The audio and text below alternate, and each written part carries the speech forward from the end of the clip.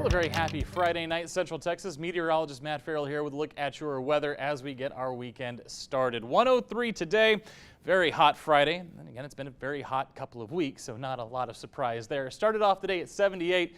That's about where we've been recently, so nothing really surprising about that. Across the area, we do still expect the hot weather to continue at least through the early parts of tomorrow. So we have a heat advisory that has been extended until 8 o'clock tomorrow night. Heat index values could be as high as 107 across the area. Now remember, we have talked about a pattern change for tomorrow. It is going to be a little bit cooler. We're talking 101 instead of 103, and then maybe even the 90s by Sunday. But before we get to that, we do have to get through a little bit more heat tomorrow. Let's take a look.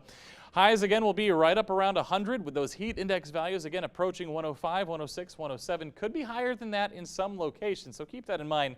This is still dangerous heat. Even though we're going to see that little weak frontal boundary come through, we'll see those winds shift. We still have to deal with the heat at least for, let's say 2/3 of the day tomorrow. So what is the timing on all this? Well, this frontal boundary is going to start to make its way through here as we head through the overnight hours. Here we are by 4:30, so before daybreak, starting to move through areas like Goldthwaite, up to Gatesville, up to Waco and Mexia, and then back in motion by 7:30. So by the time everybody starts to wake up, now it's pushed its way through a majority of Central Texas. Temple, Killeen, Lampasas, Gatesville, Waco, Marlin, all now under the influence of some northerly winds.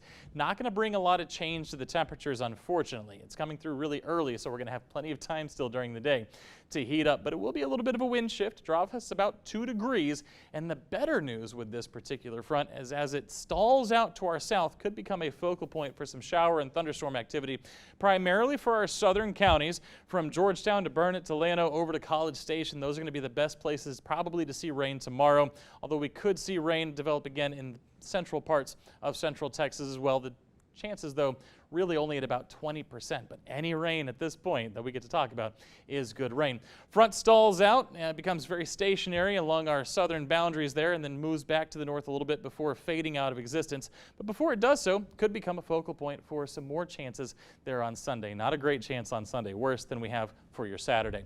70s across the area tonight, back up into the hundreds again tomorrow. 101, 100 we'll call it in Temple tomorrow, and then in your 7-day forecast, there's those double-digit temperatures on Sunday. 99, I know, we're splitting hairs when I call that double digits, but it is cooler than 103 for sure. But then we do dry out, start warming back up as we head into the work week.